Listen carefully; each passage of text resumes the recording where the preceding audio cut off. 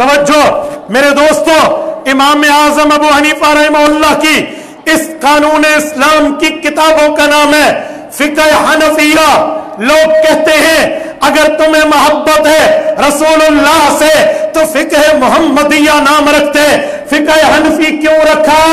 ہم فقہ محمدی مانیں گے، فقہ حنفی نہیں مانتے۔ میں انہیں کہتا ہوں جب پانی پینا پوچھنا پانی کس کا ہے، لوگ کہیں گے موٹر کا ہے، دریا کا ہے، نلکے کا ہے، منرل واٹر والا پانی ہے۔ آپ کہنا نانا وَأَنزَلْنَا مِنَ السَّمَاءِ مَاءً، ہمیں اللہ والا پانی پلاؤ، پی لو گے؟ وہ کہیں گے بھائی پانی اللہ کا ہے، دریا میں چلے کہتے دریا کا پانی ہے، ہوتا اللہ کا ہے۔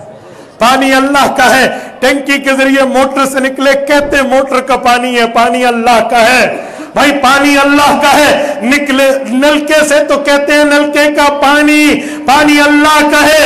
اور پانی بادل سے آئے ہوتا اللہ کا ہے، نکلے بادل سے تو کہتے ہیں بادل کا پانی، اس کو یوں ڈول ڈال کے کھینچا جائے ہوتا اللہ کا ہے، کہتے کنویں کا پانی ہے، جو نکال رہا ہے اس سے نسبت ہوتی ہے۔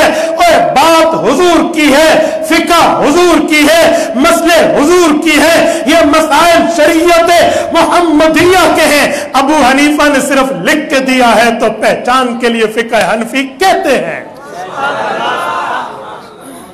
ورنہ تو حدیث پڑھ تو کہا کر حدیث محمدی ہے، تو حدیث بخاری کیوں کہتا ہے؟ حدیث بخاری کا معنی ہے حضور کی حدیث، لکھی امام بخاری نے ہے۔ حدیث مسلم کا معنی ہے حضور کی حدیث، لکھی امام مسلم نے ہے۔ تو بابا مسئلے ہیں حضور کے، فقہ حنفی کا معنی لکھی امام ابو حنیفہ نے۔ تو میں نے اس پر قرآن بھی، سنت بھی، صحابہ کا عمل بھی، امام صاحب کا طرز بھی آپ کی خدمت میں پیش کیا ہے۔ اللہ آپ کو اور ہمیں صراط مستقیم عطا فرمائے، دین پر مضبوطی عطا فرمائے، دین کی بنیاد پہ چلنے چلانے والا بنائے۔ اقول قولی ھذا واستغفر اللہ وآخر دعوانا ان الحمد للہ رب العالمین۔